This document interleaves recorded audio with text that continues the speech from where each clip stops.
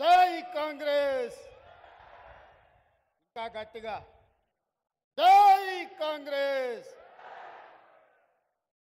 ధన్యవాదాలు మిత్రులారా.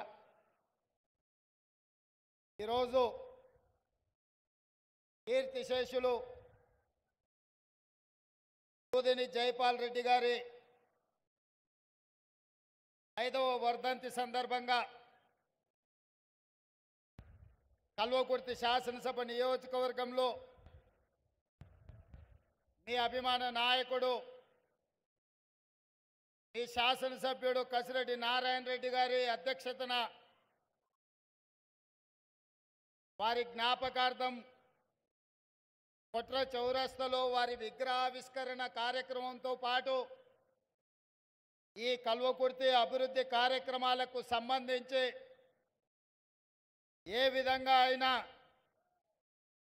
ఈ రాష్ట్ర బడ్జెట్ మొత్తాన్ని ఈ కల్వకుర్తి అభివృద్ధి కోసమే రాబట్టుకుందామని మీ శాసనసభ్యులు ప్రయత్నం చేస్తూ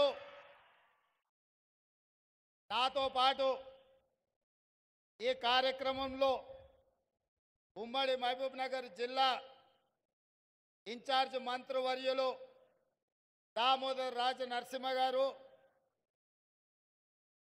ఉమ్మడి మహబూబ్ నగర్ జిల్లా నుంచి ప్రాతినిధ్యం వహిస్తున్న మన మంత్రివర్యులు జూపల్లి కృష్ణారావు గారు, అదేవిధంగా నాగర్ కర్నూల్ పార్లమెంట్ సభ్యులు డాక్టర్ మల్లు రవి గారు, ఈ వేదిక మీద సిడబ్ల్యూసి మెంబర్ కల్వకుర్తి మాజీ శాసనసభ్యులు మిత్రుడు వంశీచంద్ర రెడ్డి గారు, అదేవిధంగా అచ్చంపేట శాసనసభ్యులు డాక్టర్ వంశీకృష్ణ గారు, జడ్చర్ల శాసనసభ్యులు అనిరుద్ రెడ్డి గారు, మహబూబ్ నగర్ శాసనసభ్యులు ఎన్ఎం శ్రీనివాసరెడ్డి గారు, షాద్నగర్ శాసనసభ్యులు ఈర్లపల్లి శంకర్ గారు, నాగర్ కర్నూల్ శాసనసభ్యులు డాక్టర్ రాజేష్ రెడ్డి గారు, అదేవిధంగా దేవరకద్ర శాసనసభ్యులు మధుసూదన్ రెడ్డి గారు, అదేవిధంగా ప్లానింగ్ కమిషన్ వైస్ చైర్మన్ పెద్దలు డాక్టర్ జిల్లెల చిన్నారెడ్డి గారు, వేదిక మీద పెద్దలు అందరూ, జైపాల్ రెడ్డి గారి కుటుంబ సభ్యులు, ప్రాణ సమానులైన కల్వకుర్తి నియోజకవర్గ కాంగ్రెస్ పార్టీ కార్యకర్తలకు నాయకులకు మనస్ఫూర్తిగా ధన్యవాదాలు, కృతజ్ఞతలు. జూపల్లి కృష్ణారావు గారు చెప్పినట్టు ఢిల్లీకి రాజైన తల్లికి కొడుకే అన్నట్టుగా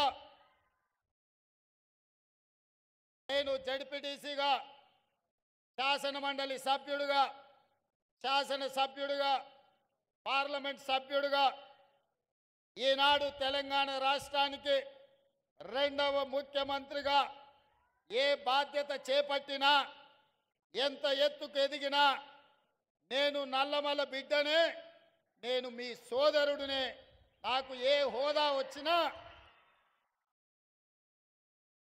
నా ఎదుగుదలకు కారణమైన ఈ నల్లమల ప్రాంతాన్ని, ఈ కల్వకుర్తి నియోజకవర్గ ప్రజల్ని నేను ఎప్పటికీ గుర్తుపెట్టుకుంటానని చెప్పి ఈ సందర్భంగా తెలియజేస్తున్నా. మిత్రులారా, జైపాల్ రెడ్డి గారి గురించి మాట్లాడాలి అంటే ఆలోచన చేసి మాట్లాడాల్సి ఉంటుంది. వారు ప్రజాప్రతినిధిగా కాదు, వారు ఒక పార్టీ నాయకుడిగా కాదు, వారు ఒక సిద్ధాంతకర్తగా ఈ దేశ రాజకీయాలను ఏ విధంగా సిద్ధాంతం వైపు మళ్లించాలో అందులో లోతైన విశ్లేషణ చేసి వారు 4 సార్లు శాసనసభ్యుడిగా ఈ కల్వకుర్తి ప్రాంతం నుంచి, 5 సార్లు లోక్సభ సభ్యుడిగా, 2 సార్లు రాజ్యసభ సభ్యుడిగా, 1969లో మొట్టమొదటిసారి శాసనసభ్యుడిగా ఎన్నికై వారి చివరి శ్వాస వరకు ప్రజా జీవితంలో ఉండి వారికి అధికారం ఉన్నా లేకపోయినా వారు ఎప్పుడు సిద్ధాంతాలను వదలలేదు, ప్రజా సమస్యలను ప్రస్తావించకుండా ఊరుకోలేదు. చాలామంది నాయకులు పార్టీలు మారినప్పుడు పదవులను దృష్టిలో పెట్టుకొని ఎన్నికల్లో నెగ్గడానికి ఆలోచన చేస్తారు. కానీ విధి లేని పరిస్థితిలో రాజకీయాలలో జరిగిన పరిణామాలను దృష్టిలో పెట్టుకున్నప్పుడు జైపాల్ రెడ్డి గారు తన నిర్ణయాన్ని సిద్ధాంతపరంగా తన నమ్మిన సిద్ధాంతం కోసం గెలిచినా ఓడినా నమ్మిన సిద్ధాంతాన్ని ఆ సిద్ధాంతాన్ని పాటించే రాజకీయ పార్టీలో చేరాలి అని వారు ముందుకు సాగిన ఈ కల్వకుర్తి ప్రాంతం ప్రజా సమస్యల పరిష్కారంలో సిద్ధాంతాల ప్రాతిపదికన రాజకీయాలను చూసింది. ఒక ఎడమ కృష్ణారెడ్డి గారు కావచ్చు, ఒక దాప గోపాల్ రెడ్డి గారు కావచ్చు, ఒక మహేంద్రనాథ్ గారు కావచ్చు, ఉత్తమ పార్లమెంటేరియన్ కీర్తిశేషులు జైపాల్ రెడ్డి గారు కావచ్చు. ఏ రోజు కూడా పదవులతోని వాళ్లకు గౌరవం రాలే, వాళ్ళతోనే పదవులకు వన్నె వచ్చింది, గౌరవం తెచ్చింది. వారు ఆ పదవిలో ఉంటే ఆ పదవి గౌరవమే పెరిగింది తప్ప వాళ్ళ హోదా పెరిగినట్టుగా వాళ్ళు ఎప్పుడు భావించలే. అందుకే మిత్రులారా, అప్పుడప్పుడు కల్వకుర్తి నుంచి నన్ను కలవడానికి వచ్చే సర్పంచులను గ్రామస్థాయి నాయకులతో నేను అంటుంటా, అయా రాజకీయాలను సిద్ధాంతాలను జైపాల్ రెడ్డి గారు మీకు ఎక్కువ నేర్పించిండ్రు, మీరు కల్వకుర్తి స్థాయి కాదు జాతీయ స్థాయి రాజకీయాల గురించి మాట్లాడడంలో దిట్టగా మారినరు, మీతో వాదించి గెలవడం కష్టము, మీరేదన్నా పని అడిగితే చేసి పెడతామని నేను అంటుంటా. అందుకే ఈ ప్రాంతంలో ఉన్న తండాల నుంచి మొదలు పెడితే మారుమూలలో ఉన్న గ్రామ పంచాయతీల సర్పంచుల వరకు రాజకీయాలను విశ్లేషించడంలో ఈ కల్వకుర్తి ప్రజాప్రతినిధులకు ఒక ప్రత్యేకత ఉన్నది. ఈ ప్రాంతంలో ఈ రోజు కూడా జైపాల్ రెడ్డి గారు మన మధ్యత లేకపోయినా చాలామంది కలిసినప్పుడు, నన్నే కాదు ఎవరిని కలిసినా, భారత్ జోడోలో రాహుల్ గాంధీ గారిని కలిసినప్పుడు కూడా చాలామంది గర్వంగా వాళ్ళు రాహుల్ గాంధీ గారికి, సార్ మేము జైపాల్ రెడ్డి గారి అనుచరులము, మేము జైపాల్ రెడ్డి గారి శిష్యులమని గర్వంగా చెప్పుకోవడం నేను చూసిన. వారు నేర్పించిన విలువలు, వారు ప్రజల కోసం పనిచేయాల్సిన విధానాన్ని ఈ కల్వకుర్తి ప్రాంతంలో ప్రజాప్రతినిధుల్లో ఈరోజు కూడా మనం చూడొచ్చు. అందుకే మిత్రులారా, ఆ మధ్యకాలంలో కాంగ్రెస్ పార్టీ సీనియర్ నాయకులు తెలంగాణ రాష్ట్రం ఇచ్చినా ఎందుకు 2014లో కాంగ్రెస్ పార్టీ అధికారంలోకి రాలేదు అని నన్ను అడిగాను. నేను ఒక విశ్లేషణ చెప్పిన, రాష్ట్రం అయితే ఇచ్చిండ్రు కానీ ఆ రాష్ట్రానికి నాయకత్వం వహించాల్సిన నాయకుడు పేరు తెలంగాణ ప్రజలు మీరు చెప్పకపోవడం వల్ల కాంగ్రెస్ పార్టీ ఒకవేళ అధికారంలోకి వస్తే ఎవరు తెలంగాణ రాష్ట్రానికి మొదటి ముఖ్యమంత్రి అవుతారో ప్రజలకు మీరు చెప్పకపోవడం వల్లనే కాంగ్రెస్ పార్టీకి నష్టం జరిగింది. ఒకవేళ 2014లో ఈ తెలంగాణ రాష్ట్రానికి మొదటి ముఖ్యమంత్రిగా కీర్తిశేషులు జైపాల్ రెడ్డి గారిని ప్రకటించి ఈ కల్వకుర్తి అసెంబ్లీ ఎన్నికల్లో వారు పోటీ చేసి ఉంటే తప్పకుండా 2014లో కాంగ్రెస్ పార్టీ అధికారంలోకి వచ్చి ఉండేది. ఇది పార్టీ విధానపరమైన లోపం ఆ రోజు జరిగింది. వారికి తెలంగాణ ప్రజలు వారికి కృతజ్ఞత తెలుపుకునే అవకాశం ఉండే.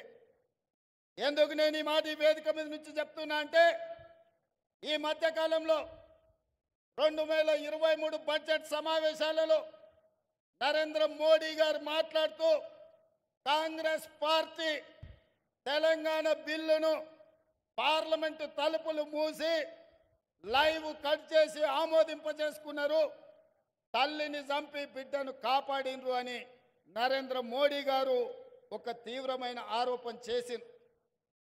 ఆ రోజు పార్లమెంటు తెలంగాణ బిల్లు వచ్చినప్పుడు సభలో గందరగోళం ఏర్పడి తెలంగాణ బిల్లు ఆమోదం కాదేమో అని ఆందోళన చెందుతుంటే సభ వాయిదా పడ్డప్పుడు ఆనాటి స్పీకర్ శ్రీమతి మీరా కుమారి గారికి జైపాల్ రెడ్డి గారు ఒక సూచన చేసిండ్రు.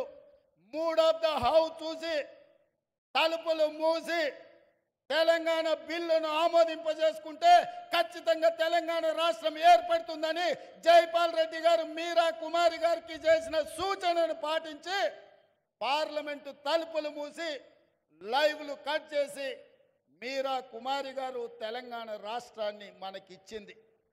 అట్లనే జైపాల్ రెడ్డి గారి సూచనతోటే జైపాల్ రెడ్డి గారు కేంద్ర మంత్రివర్యులుగా మంత్రివర్గ సమావేశంలో మన్మోహన్ సింగ్ గారిని సహచర మంత్రివర్గ సభ్యులకు తెలంగాణ రాష్ట్రం ఎందుకోసం ఏర్పడాలి, తెలంగాణ రాష్ట్రము ఎందుకు ప్రజలు కోరుకుంటున్నారో సంపూర్ణంగా వారు వివరించింది. అందుకే కేబినెట్ మొత్తం ఏకగ్రీవంగా ఆమోదం చేసి తెలంగాణ రాష్ట్ర ఏర్పాటును కాంగ్రెస్ పార్టీ చేసింది.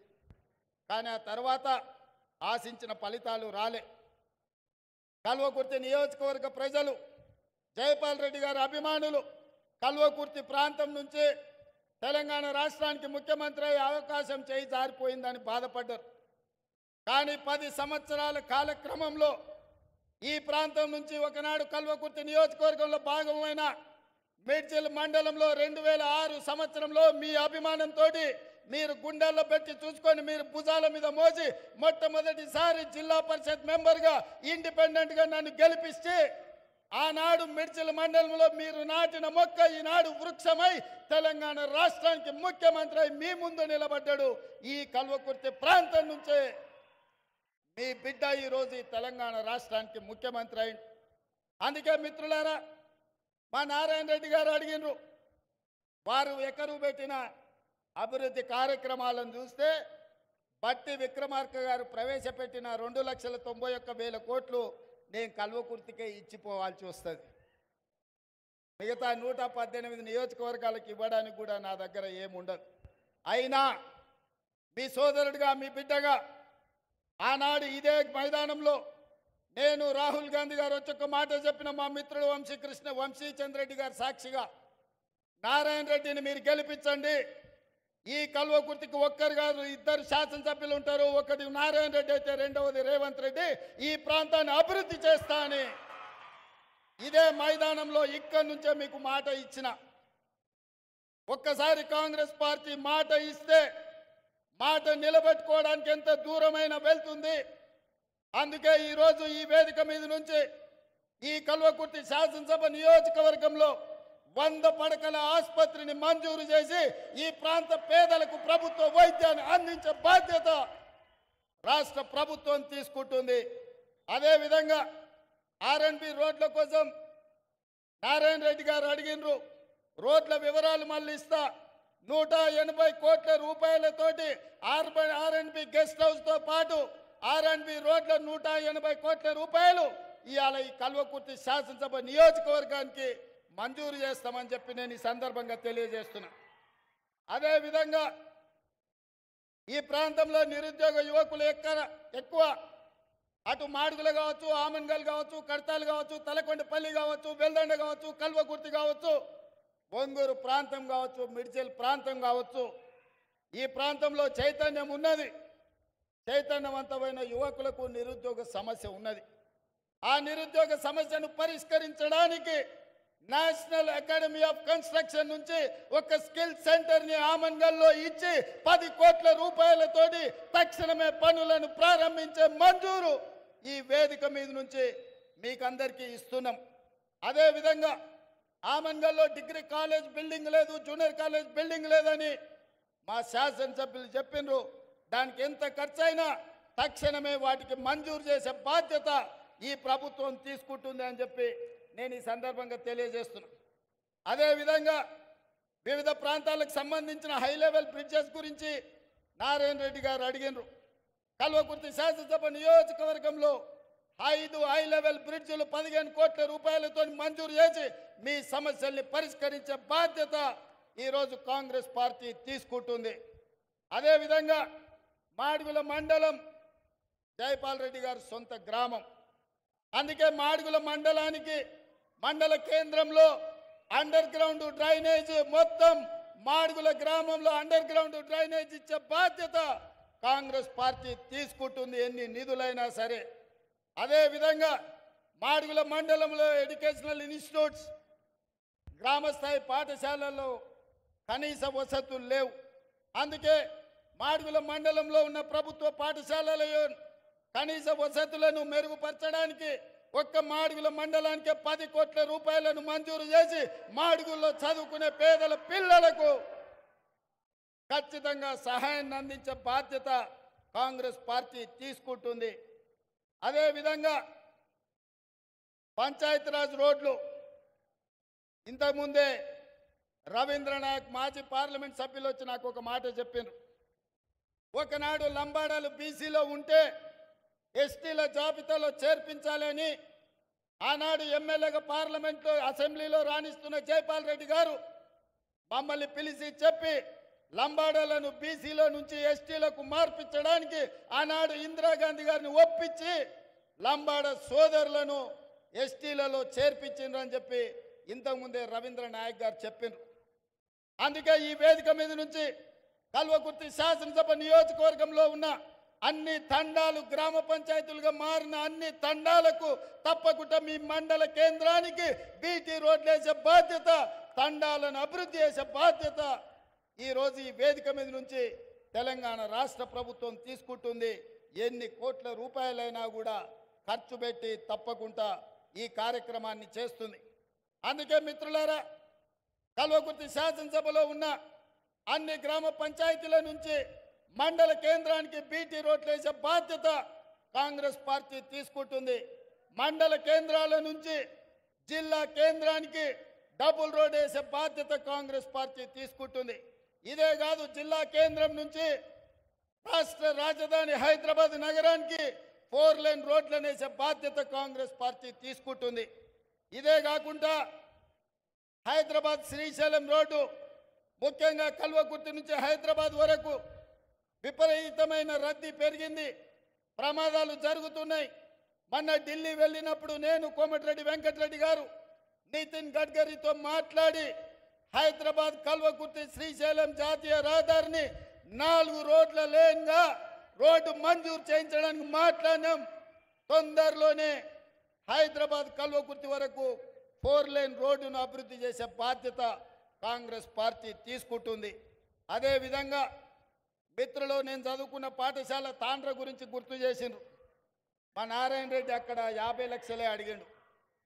నేను చదువుకున్న పాఠశాల తాండ్ర హై స్కూల్కు 5 కోట్ల రూపాయలు ఇచ్చి అక్కడ పాఠశాలను అభివృద్ధి చేసే బాధ్యత నేను తీసుకుంటా అని చెప్పి ఈ సందర్భంగా తెలియజేస్తున్నా.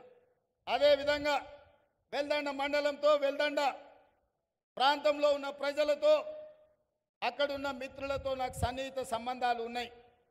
వెల్దండ మండల కేంద్రంలో పాఠశాలల అభివృద్ధి కోసం అదనంగా 5 కోట్ల రూపాయలు ఇచ్చి వెల్దండ మండల కేంద్రంలో ఏమేం కావాలో మీరు అభివృద్ధి చేసుకోండి, దానికి అవసరమైన నిధులను ఇచ్చే బాధ్యత కాంగ్రెస్ పార్టీ తీసుకుంటుంది అని చెప్పి నేను ఈ సందర్భంగా తెలియజేస్తున్నా. అదేవిధంగా స్కిల్ యూనివర్సిటీ, మా నారాయణ రెడ్డి మెడికల్ కాలేజ్ ఇక్కడనే అడుగుతుండు, ఇంజనీరింగ్ కాలేజ్ ఇక్కడనే అడుగుతుండు, పాలిటెక్నిక్ కాలేజ్ ఇక్కడనే అడుగుతుండు, స్కిల్ యూనివర్సిటీ ఇక్కడనే అడుగుతుండు. కొన్నిటికి ఫీజిబిలిటీ కూడా మనం చూసుకోవాలి ఉంటుంది. అందుకే నారాయణ రెడ్డి గారి కోరిక, నా కోరిక కొంచెం అటు ఇటుగా సమన్వయం చేసి ముచ్చర్ల ప్రాంతంలో ఆగస్టు 1వ తారీఖు నాడు యంగ్ ఇండియా స్కిల్ యూనివర్సిటీని ప్రారంభించబోతున్నాం. 100 కోట్ల రూపాయలు 50 ఎకరాల భూమిని కేటాయించి కల్వకుర్తికి ఏదైతే కర్తాల మనకు మొట్టమొదటి ముఖద్వారమో అక్కడ కూతవేటి దూరంలో ఉన్న ముచ్చర్లలో ఉన్న ల్యాండ్లో యంగ్ ఇండియా స్కిల్ యూనివర్సిటీని ఆగస్టు 1వ తారీఖు నాడు 50 ఎకరాలలో 100 కోట్లతో పనులు ప్రారంభించబోతున్నాం. ఆ స్కిల్ యూనివర్సిటీ మన ప్రాంతం యొక్క యువకుల భవిష్యత్తును తీర్చిదిద్దబోతుంది. ఆగస్టు 1వ తారీఖు నాడే రాబోయే 3 రోజుల్లో ప్రారంభించుకోబోతున్నాం. చివరగా ఒక్క మాట చెప్పదలుచుకున్నా. ఎన్నికల్లో శ్రీమతి సోనియా గాంధీ గారు రాజీవ్ గాంధీ ప్రాంగణం తుక్కుగూడ రంగారెడ్డి జిల్లాలో సెప్టెంబర్ 17, 2023 నాడు 6 గ్యారెంటీలను ఇవ్వడం జరిగింది. నేను ఆ రోజే చెప్పిన 2004లో శ్రీమతి సోనియా గాంధీ గారు తెలంగాణ రాష్ట్ర పర్యటనకు వచ్చినప్పుడు కరీంనగర్లో తెలంగాణ 4 కోట్ల ప్రజల యొక్క ఆకాంక్ష, తెలంగాణ రాష్ట్రం గురించి, తెలంగాణ ప్రజల గుండె చప్పుడు గురించి నాకు తెలుసు. తప్పకుండా మీ ఆకాంక్ష నెరవేరుతుందని వారు మాట ఇచ్చింది. ఆ మాట నిలబెట్టుకోవడానికి ఎన్ని ఒడిదుడుకులు వచ్చినా, ఎన్ని అడ్డంకులు వచ్చినా, తెలంగాణ రాష్ట్రం ఇస్తే ఆంధ్రప్రదేశ్లో పార్టీ ఉనికి కోల్పోయి, కేంద్రంలో అధికారం కోల్పోయి, తెలంగాణ రాష్ట్రంలో ఒడిదుడుకులను ఎదుర్కొన్న సోనియా గాంధీ గారు ఇచ్చిన మాట నిలబెట్టుకోవడానికి మాట తప్పని మడమ తిప్పని నాయకురాలుగా 2004లో తెలంగాణ రాష్ట్రం ఇస్తా అని 2014లో రాష్ట్రం ఇచ్చిండ్రు. మరి అలాంటి నాయకురాలు తుక్కుగూడ రంగారెడ్డి జిల్లాలో 6 గ్యారెంటీలను ఇస్తే ఆమె వారసులుగా, కాంగ్రెస్ పార్టీ అధ్యక్షుడిగా, మీ బిడ్డగా 6 గ్యారెంటీలను అమలు చేసే బాధ్యత నాది. అందుకే ఈరోజు ఆడబిడ్డలకు ఆర్టీసీలో ఉచిత ప్రయాణం ఇచ్చి 2500 కోట్ల రూపాయలు ఆర్టీసీకి చెల్లించడం, రాజీవ్ ఆరోగ్యశ్రీని 5 లక్షల నుంచి 10 లక్షలకు పెంచడం, పేదవాడు నిలవడానికి నీడ, ఊర్లో ఆత్మగౌరవం ఇందిరమ్మ ఇల్లు, 4.5 లక్షల ఇండ్లను పేదవాళ్లకు 10,000 కోట్లతో మంజూరు చేసి ఇవాళ పేదవాళ్లను ఆదుకునే ఇందిరమ్మ ఇళ్లను మంజూరు చేసినాం. ఇదే కాదు, ఆడబిడ్డలకు కట్టెలపై కష్టాలు తీర్చాలని, వాళ్ళ కన్నీళ్లు తూడవాలని 1,200 రూపాయలు ఉన్న సిలిండర్ను ఇవాళ 500 రూపాయలకే ఆడబిడ్డలకు ఇంటి దగ్గర ఇచ్చి ఆడబిడ్డల కన్నీళ్లు దూర్చే బాధ్యత ఇవాళ ఈ ప్రభుత్వం తీసుకున్నది. ఇదే కాదు, వ్యవసాయానికి ఉచిత కరెంట, భూమి లేని పేదల సంగతి మీరు పట్టించుకోరని పాదయాత్ర సందర్భంగా అచ్చంపేట నుంచి హైదరాబాద్ వరకు నేను పాదయాత్ర చేసినప్పుడు పేదలు వచ్చి నాకు చెప్పిండ్రు. అందుకే ఈనాడు ప్రతి పేదవాడి ఇంట్లో 200 యూనిట్లు ఉచితంగా విద్యుత్తును ఇచ్చి పేదవాడి ఇంటిలో వెలుగుల్ని చూడాలన్న ఆలోచన ఇవాళ మన ప్రభుత్వం చేస్తున్నది, అమలు చేసి తీరుతున్నది.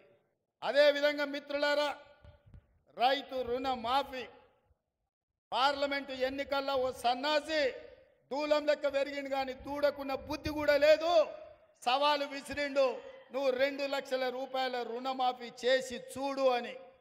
నేను చెప్పిన ఆగస్టు నెలలో తప్పకుండా 2 లక్షల రూపాయల రైతు రుణమాఫీ చేసి రైతుల రుణం తీర్చుకుంటాని సవాలు విసిరి ఆగస్టు రాకంటే ముందే 1 లక్ష రూపాయల రైతు రుణమాఫీ చేసి పేదవాళ్ళ ఖాతాలో 6,093 కోట్ల రూపాయలు ఇప్పటికే చేసిన. ఈరోజు ఈ వేదిక మీద నుంచి తెలంగాణ రాష్ట్రంలో ఉన్న లక్షలాది మంది రైతాంగానికి నేను మాట ఇస్తున్నా, జూలై 31 తారీఖు దాటకంటే ముందే 1,50,000 రూపాయలు ఉన్న ప్రతి రైతుకు మళ్ళీ 2వ విడత ఖచ్చితంగా 30 తారీఖు జూలై దాటకంటే ముందే 1,50,000 రూపాయల మీ బాకీని చెల్లించి రైతు రుణం తీర్చుకుంటా అని చెప్పి ఈ కల్వకుర్తి గడ్డ మీద నుంచి నేను మాట ఇస్తున్నా. ఇదే కాదు, 2 తారీఖు నుంచి 14 తారీఖు వరకు నేను విదేశీ పర్యటనకు వెళ్తున్నా. వచ్చిన ఎంబడే 2 లక్షల రూపాయల వరకు రైతులకు ఉన్న రుణాలను మొత్తాన్ని ఆగస్టు నెలలో పూర్తి చేసి మీకు ఇచ్చిన మాట నిలబెట్టుకొని తెలంగాణ రైతాంగం యొక్క రుణం తీర్చి మీ రుణము తీర్చుకునే బాధ్యత ఇచ్చినందుకు మీకు కృతజ్ఞత చెప్పుకునే అవకాశం ఆగస్టు నెలలో నేను తీసుకుంటాను తెలియజేస్తున్నా. అందుకే మిత్రులారా, ఇవాళ కేటీఆర్, కేసీఆర్, హరీష్ రావు మాట్లాడుతున్నారు, కాంగ్రెస్ వచ్చింది ఇవాళ పేదలకు కష్టాలు వచ్చినాయి. నేను చెప్పదలుచుకున్నా, పేదలకు ఎవరికి కష్టాలు రాలే, మీ కుటుంబానికే కష్టాలు వచ్చినాయి. ఆ కష్టాలను కప్పిపుచ్చుకోవడానికి పేదల మీద నెట్టే ప్రయత్నం చేస్తున్నాడు. మన అసెంబ్లీలో మాట్లాడుతూ నేను కొన్ని ప్రశ్నలు అడిగి ప్రతిపక్ష నాయకుడు రావాలి అని సూచన చేస్తే కేటీఆర్ అన్నాడు, ఆయన రాడు, మేమే వస్తాం, బావా బామార్దులమే సమాధానం చెప్తామని. టీవీలో చూసినట్టున్నాడు. 24 తారీఖు నాడు కేటీఆర్ మాట్లాడింది. 25 తారీఖు నాడు పొద్దున్నే 12 గంటలకు అసెంబ్లీ ఉంటే 11:30కి వచ్చి కూర్చున్నాడు కేసీఆర్. వీడు తిక్కలోడు, అసలే తిరణాలకు పోతే ఎక్కడానికి దిగడానికి సరిపోయింది అన్నట్లా వీడు ఏం చేసి వస్తాడో, వీడికి చేతికి ఇస్తే ఇది ఎక్కడ పోద్దా అని వచ్చి పొద్దున్నే అసెంబ్లీలో కూర్చున్నాడు. అంటే కొడుకేమో రాడంటాడు, తండ్రి ఏమో పొద్దునే వచ్చి కూసుంటాడు. అంటే ఇవాళ వాళ్ళ మధ్యలో సమన్వయం లేదు. అధికారం కోల్పోయిన బాధ కొట్టొచ్చినట్టు కనిపిస్తుంది. అదే కాకుండా మన ఆయన మేడిగడ్డ గోదావరి ప్రాజెక్టులను పరిశీలించడానికి పోయిండు. మా దగ్గర బాలయ్య అనే డ్రైవర్ ఉంటాడు.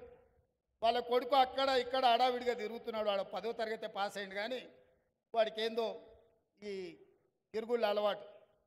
ఊరికే టీవీ చూస్తున్నాడు. కేటీఆర్ ఉన్నాడా సార్ అంటుండు. ఎందుకురా అంటే, సార్ కేటీఆర్ గారికి సెల్ఫీలు దిగుడు, సెల్ఫ్ డబ్బా కొట్టుకున్నాడు అలవాటు. అసెంబ్లీలో నోరు జారుతాడు. ఆడ మేడిగడ్డ గోదావరి జిల్లాల కాలు జారిండు అనుకో, అండ్లబడి కొట్టుకపోతే లేనిపోని పని అవుతుంది అన్నాడు. మరి ఏం చేయాలంటే ఇది కూడా కష్టమే సార్. ఆయన నీళ్ళలో కొట్టుకపోతేనేమో కుటుంబానికి విషాదం, బయటికి తీస్తేనేమో ఇది రాష్ట్రం మొత్తానికి విషాదం అవుతుంది. ఎందుకంటే ఈ తెలంగాణను తెగ నమ్ముకుంటారు వాళ్ళ కుటుంబం అని. అందుకే ఈరోజు ఈ తెలంగాణ రాష్ట్రంలో ప్రజలని వంచినందుకు 2023లో ప్రభుత్వానికి రాకుండా ఓడగొట్టిండ్రు. బుద్ధి మారక, అహంకారం తగ్గక అల్పం మాటలు మాట్లాడుతుంటే పార్లమెంటులో గుండు 0 ఇచ్చిండ్రు టీఆర్ఎస్కు. ఇప్పటికి కూడా వాళ్ళ బుద్ధి మారలే. ప్రభుత్వం చేస్తున్న సంక్షేమ కార్యక్రమాలకు, ప్రభుత్వం తీసుకుంటున్న నిర్ణయాలకు సంపూర్ణంగా సహకరించి ప్రతిపక్ష పాత్ర పోషించి ఈ ప్రభుత్వానికి సూచనలు ఇస్తే కనీసం పంచాయతీ ఎన్నికల్లో ఏమైనా వస్తుండే. కానీ ఇప్పుడు పంచాయతీ ఎన్నికలలో కూడా వాళ్ళకు వచ్చే అవకాశం లేదు. ఇక్కడున్న వేదిక మీద ఉన్న మా నాయకులకు నేను ఒక మాట చెప్పదలుచుకున్నా. ఇక్కడున్న మా కార్యకర్తలకు అసెంబ్లీ ఎన్నికలు అయిపోయినాయి, పార్లమెంట్ ఎన్నికలు అయిపోయినాయి, నాయకుల ఎన్నికలు అయిపోయినాయి. ఇప్పుడు రాబోయేది sarpanch, MPTC, ZPTC, municipal councillor ఎన్నికలు. అంటే కార్యకర్తల ఎన్నికలు. కార్యకర్తల ఎన్నికల కోసం ఈ వేదిక మీద ఉన్న నాయకులు నాతో సహా గ్రామాలు తిరిగి, తండాలలో, గూడాలలో, మారుమూల పల్లెల్లో తిరిగి కాంగ్రెస్ జెండా మోచిన మిమ్మల్ని ప్రజాప్రతినిధులుగా గెలిపించుకునే బాధ్యత మాది. నాయకుల ఎన్నికలు అయిపోతే నాయకులను, కార్యకర్తలను మర్చిపోతారు. కానీ నేను నాయకుడిని కాదు, కార్యకర్తల కోసం కష్టపడేవాడిని. కార్యకర్తల్ని ప్రజాప్రతినిధులుగా గెలిపించి సంక్షేమంలో, అభివృద్ధిలో కార్యకర్తలను భాగస్వాములను చేసినప్పుడే కాంగ్రెస్ పార్టీ బలంగా ఉంటుందని నేను విశ్వసిస్తున్నా. అందుకే మిత్రులారా, రాబోయే సర్పంచ్ ఎన్నికలకు సమాయత్తం కాండి. ఎంపీటీసీలు, జడ్పీటీసీలు, కౌన్సిలర్లు, కార్పొరేటర్లు కార్యకర్తలను గెలిపించుకొని ఈ అధికారంలో మిమ్మల్ని భాగస్వాములను చేసుకొని ఈ ప్రభుత్వం అమలు చేస్తున్న సంక్షేమ కార్యక్రమాలు మీ ద్వారానే పేదలకు గ్రామాలలో అందించే బాధ్యత మేమందరం తీసుకుంటాం. అందుకే మిత్రులారా, కల్వకుర్తి ప్రాంత అభివృద్ధి కోసం ఈరోజు మీ ఎమ్మెల్యే నారాయణ రెడ్డి గారు ఏర్పాటు చేసిన ఈ సభకు మీరందరూ వచ్చేసి కల్వకుర్తి అభివృద్ధిలో భాగస్వాములై జైపాల్ రెడ్డి గారి గుర్తింపు, గౌరవాన్ని పెంచడానికి ఈరోజు ప్రతి ఒక్కరు ఎవరెవరైతే కృషి చేసిండ్రో, ఈరోజు జైపాల్ రెడ్డి గారి విగ్రహావిష్కరణ కొట్ర చౌరస్తాలో ఉండబోతుంది. కార్యక్రమం తర్వాత అక్కడికి వెళ్తున్నాం.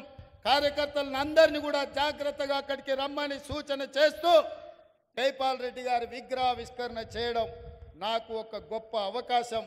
తెలంగాణ రాష్ట్ర ముఖ్యమంత్రిగా బాధ్యతలు చేపట్టిన నాకు దక్షిణ తెలంగాణ నుంచి ఉత్తమ పార్లమెంటేరియన్గా ఎన్నికైన సిద్ధాంతకర్త, అదేవిధంగా ఈ దేశంలో సరళీకృత విధానాలతో దేశంలోనే వన్నె తెచ్చిన పివి నరసింహారావు గారి తర్వాత జాతీయ రాజకీయాలలో తెలుగు బిడ్డలకు గౌరవం తెచ్చిన జైపాల్ రెడ్డి గారి విగ్రహావిష్కరణలో పాల్గొన్న మీకందరికి కూడా మనస్ఫూర్తిగా ధన్యవాదాలు, కృతజ్ఞతలు తెలియజేసి సెలవు తీసుకుంటున్నా. జై కాంగ్రెస్, జై కాంగ్రెస్.